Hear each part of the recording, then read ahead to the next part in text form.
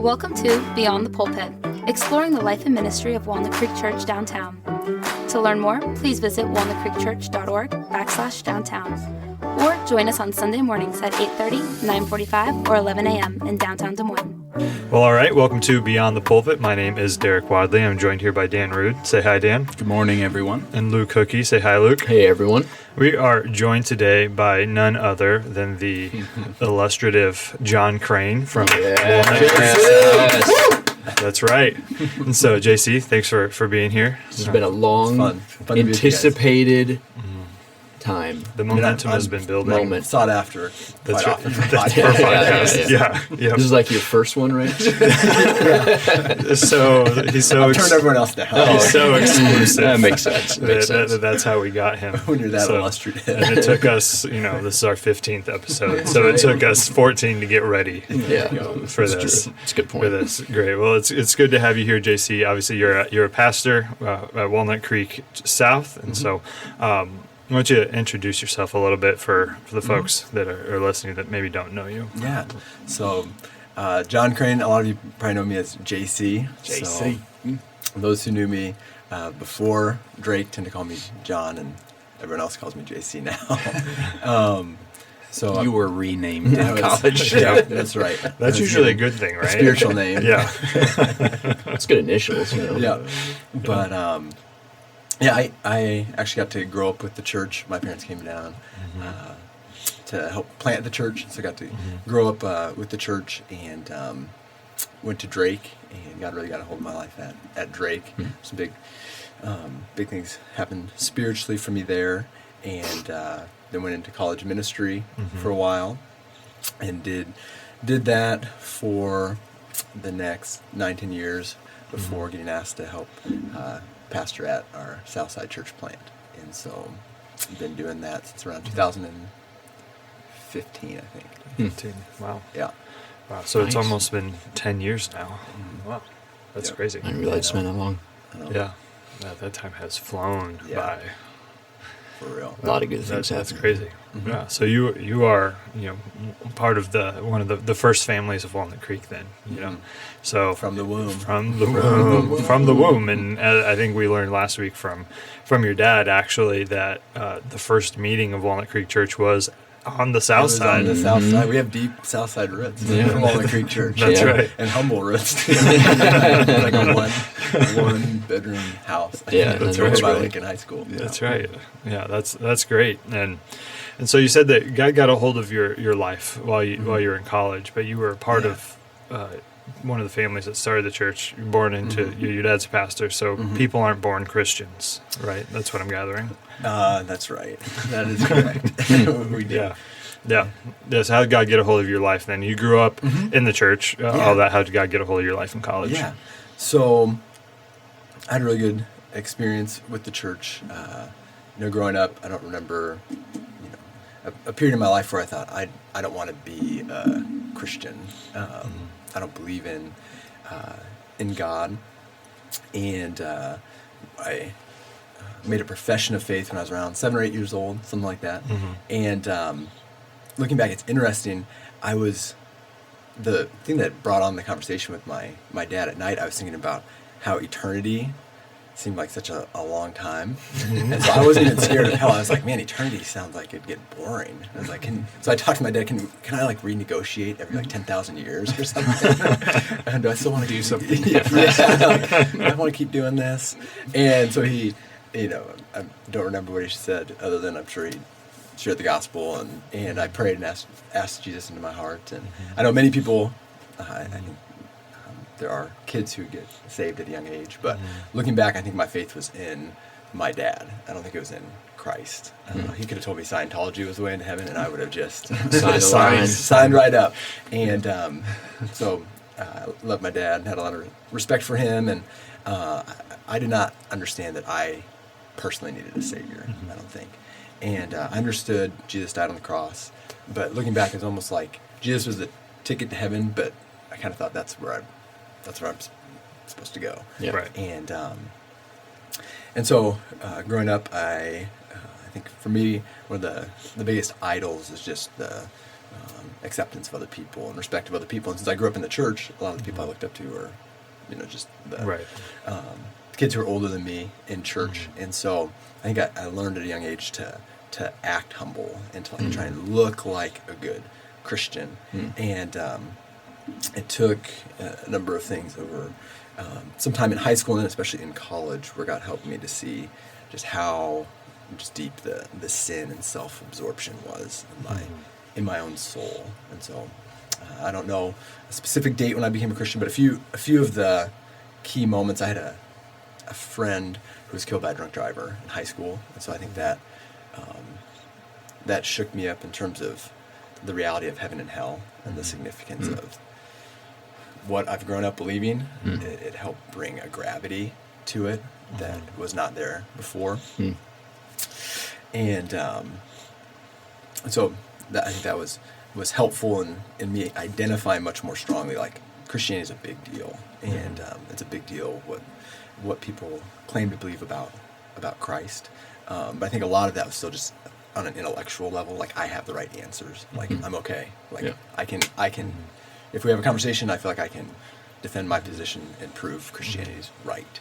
I think when I got to Drake, I was around a bunch of people who were coming to Christ and just seeing their excitement about following the Lord. It was humbling seeing that, and I think it helped start to expose a disconnect in my own soul. And a few big events at Drake. Freshman year, we went to a conference, and one of the speakers there, his main passage was Matthew 6:33, seek first his kingdom and his righteousness. And he just hammered that, the whole message. And I remember that was one of the first times that I can consciously remember like repenting, like the way I'm living is not right. Like I feel good because God's in my top 10, but there's no way I can say I'm seeking first God's kingdom and his righteousness. And so I remember going out and praying after that and saying, God, I shouldn't be living this way. And I think at that point, I think I really tried to start following Christ as best as I could. But I think the tendency to just trying to project an image that did not go away. And I think one of the big things that helped expose that was just going on in ministry. I could see more and more the disconnect between kind of what was going on the inside and what was on the outside. But I thought if I just keep praying, if I just keep reading, hopefully things will start to shift on the inside. And it's funny, I actually got asked to speak at our campus ministry, and I think it was my junior year, and that was not many people were asked to speak as students, at least at that point. Not many at all. I remember. Yeah, a time or two. A few times, yeah. So looking back, I'm like, why was I asked to do that? But I'd never given a message before. It was a miscommunication, Jason. It was- You weren't supposed to be It was supposed to be my dad. BC. JC, that's your dad. Jon Crane. Yeah. Looking back, I think it was just. I really think the Lord used it. It's so funny. I was excited for it, and I was like, I've talked to lots of people about Jesus. It should be fine.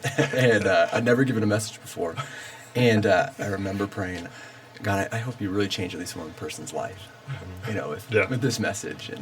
And so I got up there, and I went through my intro, and I just had a really rough outline, and so I got up there. Strike one. Yeah. And got to the intro, and I kind of lost my spot, and it was like deer in the headlights. Like I lost my spot, but then I couldn't get it back because I was just dominated worrying about how dumb I looked in front of everyone. And so it was probably the worst message in the history of the church age since Pentecost. But it was so funny afterwards. I just kind of stumbled through the rest of it. And afterwards, people were like, "Hey, thanks for sharing." And I'm like, "Don't patronize me." One of my good friends came up. One guy came up afterwards, like, "Bro, what happened?" I was like, "Okay, I'm not crazy. That was terrible." But it's funny. Was that Dan? So You did change my life. that's right. A lot of people's lives are changed. They need counseling afterwards. But it was funny. I think what happened from that is it just kind of pushed to the forefront how much my life could be controlled by worrying what other people were thinking about me. And it's not that has totally disappeared, but I think the shift that I had not connected before is I started telling other people about it, like about how crippling it was and how like consuming it was, worrying what other people were thinking about. And God says He opposes the proud but gives grace to the humble. And I think just being honest about I'm not what I'm projecting. Like there's this massive disconnect. That's what God used to start changing me on the inside and help bringing those things closer to alignment. Yeah. So I don't have a specific moment, but those are some of the key events, I'd say. Yeah. No, that's. I'll never forget that message. I don't know what you talked about, but I remember. There wasn't a lot of substance. It's so funny. I remember you pacing back and forth on stage. Yeah, it was so funny. I don't remember much, but I do remember at one point I was like, I'm going to take a break. And I just took like a glass of You water. did. I do remember that. Yeah. A giant gulp. I took a drink. And it's funny, like, because there's bright lights. You can't see most people, but you can see like a brief row. Yeah. And you know when you know that feeling when you see people and they like look like they're in pain for you. The expression. Like, That's the one thing that I think that people don't often think about when they're like sitting there like listening to a message. There are some people that it's like I know that they're listening, but they just like when they're locked in, but like what that looks like is like like is this the dumbest man that's ever lived? Like that, but that's just like their listening face. And so but it's almost worse if someone's just like just it was clear the discomfort. Yeah, but JC, you could only go up from there. That's right. So I had a really low bar. You set a low bar for you and everyone else. Afterwards. That's right. Come on. Right. Yeah. So then, so after Drake, you went and you did some college ministry, right? And then for a while we had a church out in West Des Moines that you were a part of, right? And so. Yeah, so the progression was the end of my senior year, I was asked to help out with college ministry and stick around at least for a little while with Drake. And so I did that, but we explored planting a church actually in the inner city for a little while. That's right. And we'd started City Light Soccer is what we called it then, which became Central City Soccer. Central City Soccer became City Light. Yep, that's right. Originally it was Central City Soccer, and there was a Bible study we had done with some kids near Drake. We were all involved in that. And so myself and some of the men and women, most of them were a year younger than me, at Drake. Some of us started a Bible study in that area and did that for a couple years until the church decided to buy the camp out of West Des Moines. Right. And so then they asked us to shift out to West Des Moines and in some ways try and recreate what was happening downtown with the downtown church in West Des Moines. And so we went out to West Des Moines and bounced around. We had met at the camp, but you couldn't meet there in the winter because it wasn't winterized. That's right. And there were bats. I'll never forget when Luke came and come on, preached. JC. He's like, is that a bat? Don't tell bro, there's like 10 people there. It ain't gonna matter. There's actually more than that, but there was JC's you're like dying, like don't say that. I'm like, bro, it's flying like right over everybody's head. We had a lot of instances like that. There was floods. There was floods, natural disasters. This water was running through the meeting space. So during a church service, saying is during a church service, bats were flying. It happened more than once. No, I remember one time I was preaching and I could see multiple but you didn't bats. make this mistake of I did calling not it out. make the mistake that Luke made and said, "Look at the bats, everyone. I bet they have rabies." I didn't say that. It was- yeah. But with the running water, Watch you could have out. had like plenty of like spontaneous baptisms. Oh, Lord. Well, and yeah. then there was the mold in the nursery. You know, and- like, the good thing is we were in West Des Moines, so people don't really care about how nice your facilities are. yeah, That's I mean, right. West Des Moines does not care how nice things are. Yeah, that's true. So Now that building is destroyed. Yeah, it's gone. Yeah. It doesn't even exist. Yeah. So We can't recreate it. Yeah, we met at the camp for a while. We actually got our own building temporarily, which The has also Boom been used as a Boom room. Room. Boom Room. That's right. Old That's dance right. club. Coconut Joe's to the And, boom boom room. That's right. That was fun. We rented that and got to do a lot of cool things at Westtown. There's a lot of Yeah, that's cool stuff. Great people who are stories. some great laborers in multiple locations of our church. That's right. From Westtown, but it's interesting. So we rented the place that's now the huge West Bank Yeah. headquarters. Yeah. So there's an old dance club there that we fixed up, and Cast all the demons out. it was a fun spot to meet at, but it was pretty hidden. And when we moved in, they told us we could put up a big sign, and the property manager said that. And one of our probably many naive mistakes when we were first planting churches, and you shouldn't just trust what people trust but verify. So Trust but we could verify. not- Trust but We've had we a could few not of those. Put up a sign. And so we were just kind of hidden back there. And we were, Because there's trees all there that Oh, time, yeah, so yeah. you couldn't Yeah. see Oh, through. yeah, we Remember asked, that? we asked the city if we could take the Trees down? They're like, no, that'll never happen. Never. Yeah. Wait a the minute. West Bank It's still someone spends millions of That's right. dollars. Yeah. That's right. I'm sure if we would have offered to pay what they did, That's they'd true. take down That's the true. trees for us too. Yeah. But Yeah. anyway, we were hidden back there, and we were slowly growing, but we were paying a lot to rent that Yeah. facility, and what we began to realize is that lots of people from West Des Moines were going to the downtown church, and so people didn't mind driving an extra 10 minutes to go downtown Especially on Saturday night. on Saturday Yeah. night. Yeah. And so downtown was growing. We were growing, but it was much slower pace. Downtown had their own place. We were paying a lot to rent, and so downtown needed to start another service. And so they asked us if we would help roll into downtown and help start the 5 o'clock service Saturday night. Mhm. And so we did that.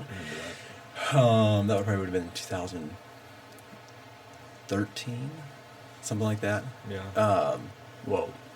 And maybe 2012, somewhere in there. And so we helped reinforce downtown, and then shortly afterwards, so South was already in the works. South had already been planned to that point, so it probably was 2013.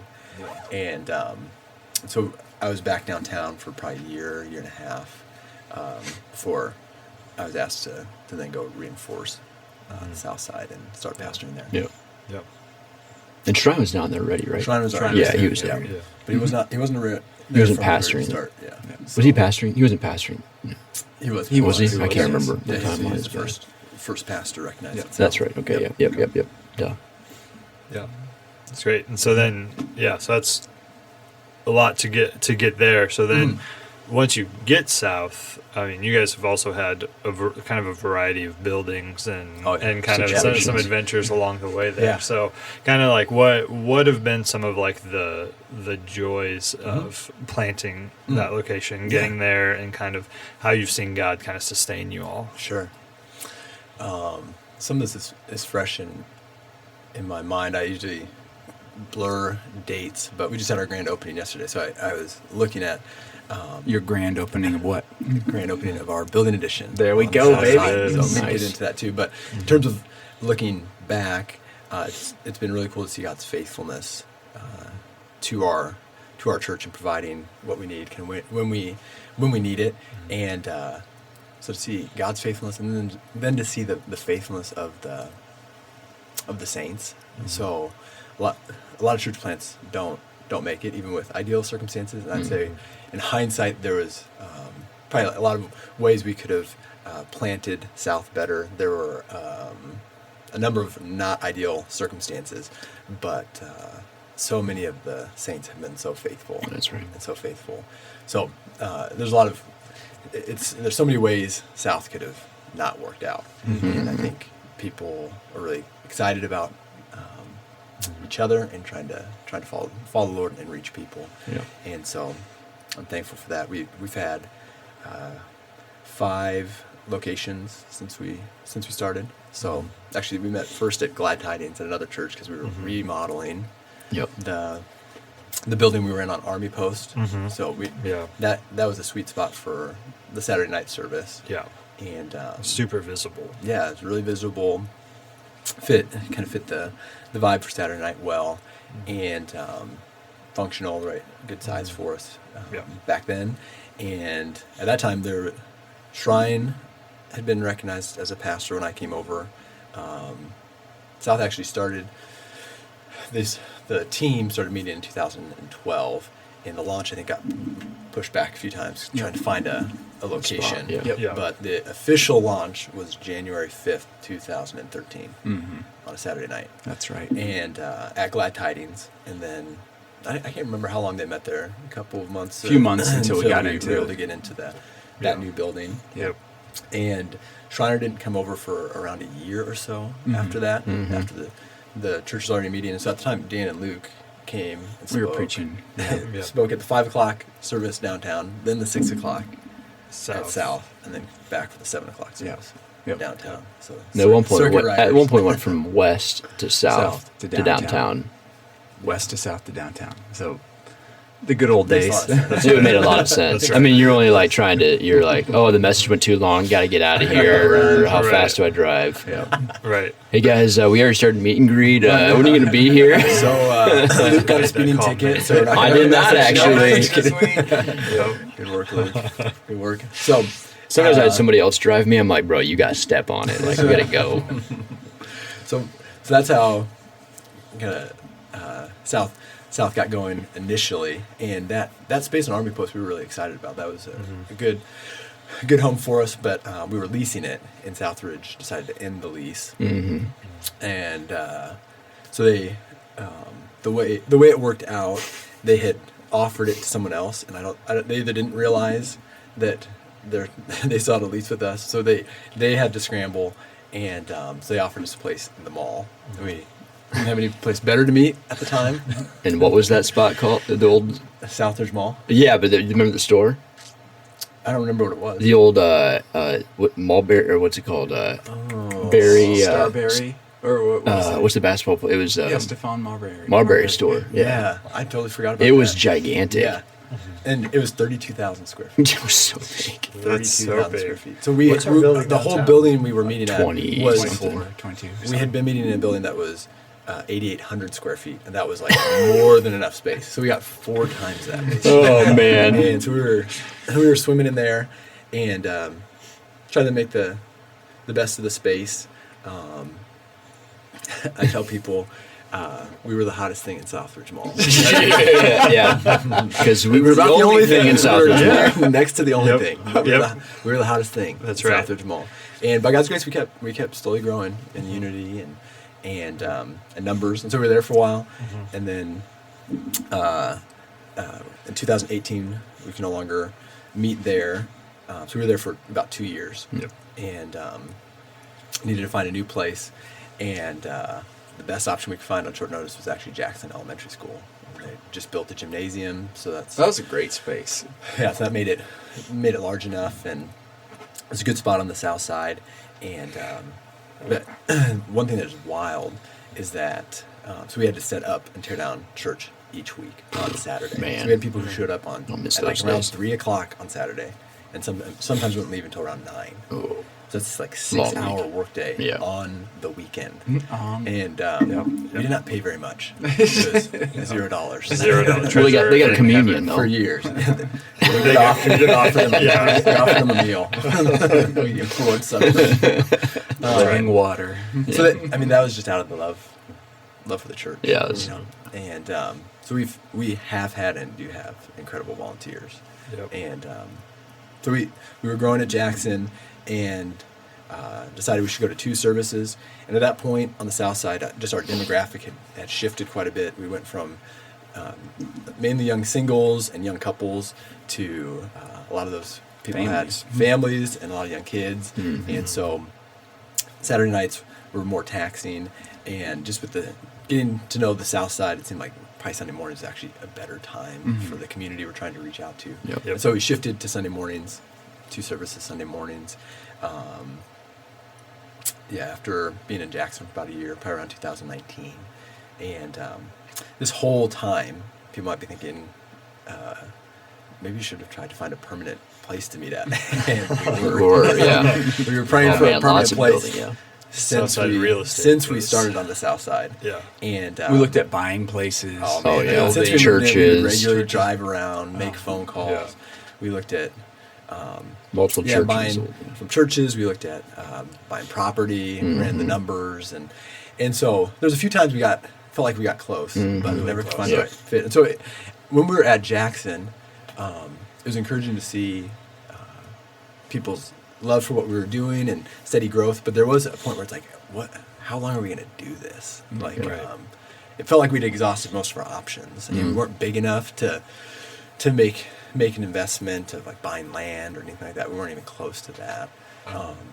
So we really didn't know exactly what the future held. And but after all of our efforts and searching, trying to find something, really the Lord just brought the answer to us. And so Bethany Baptist Church, they heard we were trying to find a place to meet, and they had gotten too small to maintain their property, and they were hoping to move, and so they offered us our property for just the price of the land. Oh, wow. Which maybe you do that if you were going to give it to a developer, but it's crazy that a church would do that to a church, because I mean we're using that building, and, right. So we got it like probably $400,000 less than any other option we found, something like that. And so and it was some of our main prayers for the right location, the right price, the right timing. It just all synced up because it was on a main artery on the part of the South Side we wanted to be on. There was a neighborhood around it for ministry, and so it felt like it was a permanent place. And a good amount of land to use. Lots of land. Yeah, like How many acres is it? 4? Yeah. A little over 4, I think. It's awesome. And It's a great property. I mean, it's a great place. Really great. It is. And then again, the price was way cheaper than we anticipated getting something for. And the timing is one of the craziest things, because we got it in March of 2020. And pop quiz, do you remember anything else that happened in March 2020? 2020 was a pretty quiet year.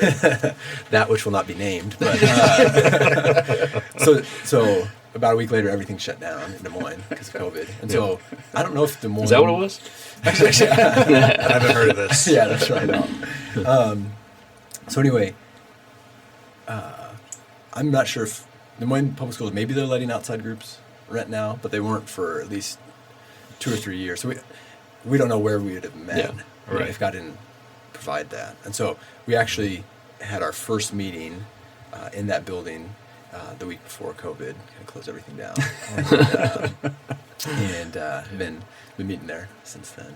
So Yeah. Why don't you tell us about the grand opening? Grand opening, Yeah, okay. there's some bunch of stuff that happened since. When we moved in, with the hope that we put on an addition. For a number of reasons. The building it's a wonderful property, but the building itself is up on a hill. And it's interesting talking to people on the South Side when we said we have the old Bethany Baptist Church. Almost no one registered with that. That's so crazy. And you'd have to say, we're that church kind of across from Burger King. It's kind of up the hill, and they're like, oh yeah, that there's that hill kind of just past Indianola. And so it was a great location, but the visibility of the church wasn't great.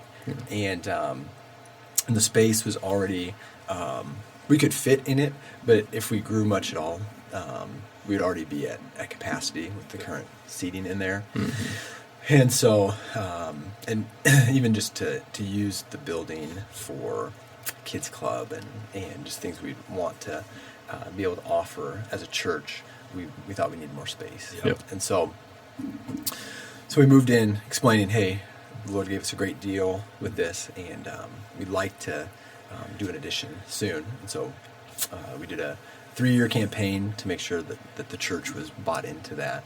And because building additions are not cheap. You guys probably aren't aware of that. No, we've never attempted that. And so the South has, I think, been really generous in giving to support that.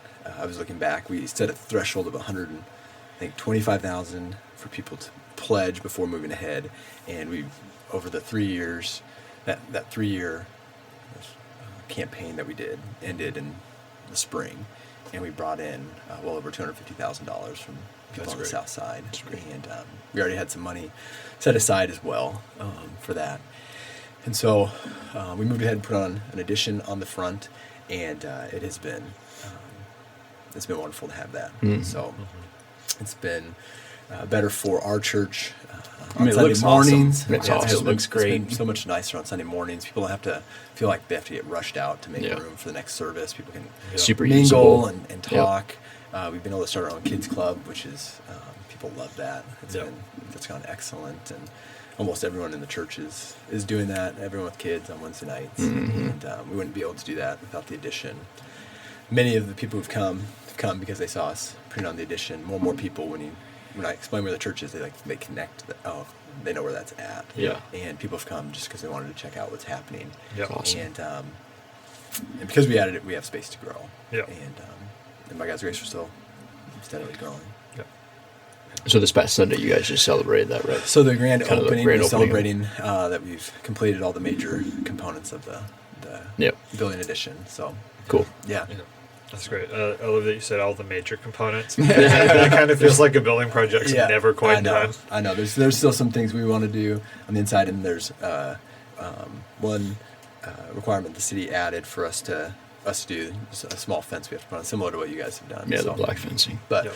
yeah, the major parts are done, Yep. and so we made a big push to get our property looking nice, and a big push inviting the community, letting the community know that hey, the work's Building's done. ready. Yeah, the building's done. Yep. Yep. So If you That's build great. it, yeah, so we had a special They will service. come. They will come. The special service where we just reflected on God's faithfulness, talked about a lot of these things actually in the service, and how God's provided for our building need, but then He's also provided for our biggest need, and got to share the gospel with those who came, and remind people,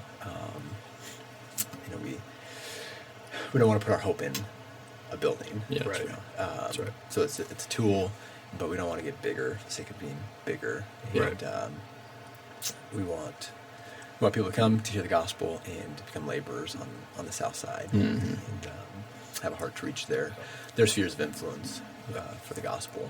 And so it was I think it was a refreshing time. I was praying that the Southsiders would be encouraged, thinking about just how faithful God has been, how many prayers He's answered, and how He's provided for us. And there's great energy, and a lot of smiles, a lot of laughter yesterday, and afterwards we did a big meal as well. So made some smoked brisket. Let's Some go. good food. Let's Some go. Good food. So it's for the community as well. And so there's some visitors from the South Side who showed up to the services, and then some who just came for the meal. But we got to meet a number of new people on the South Side. Nice. Any brisket left over?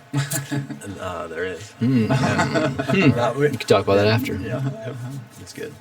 Yeah, that's great. So like the primary people that listen to this are people that go to Walnut Creek downtown. And so what, just to wrap it up here, then we could talk for hours about all sorts of stuff. But what are some things that you think it would be good for us to know about, that what's kind of in the pipeline at South, and what can be on our radar, and what can we be praying for all y'all for? Yeah.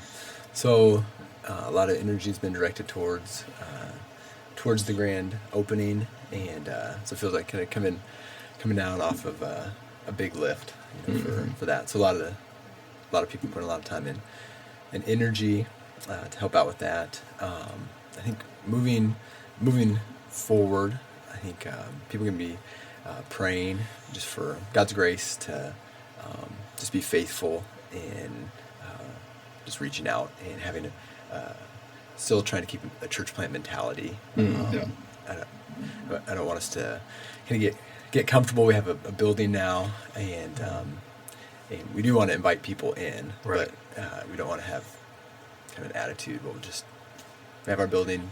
People should just come to us. We want to be faithful to be intentional with our relationships, and Yep.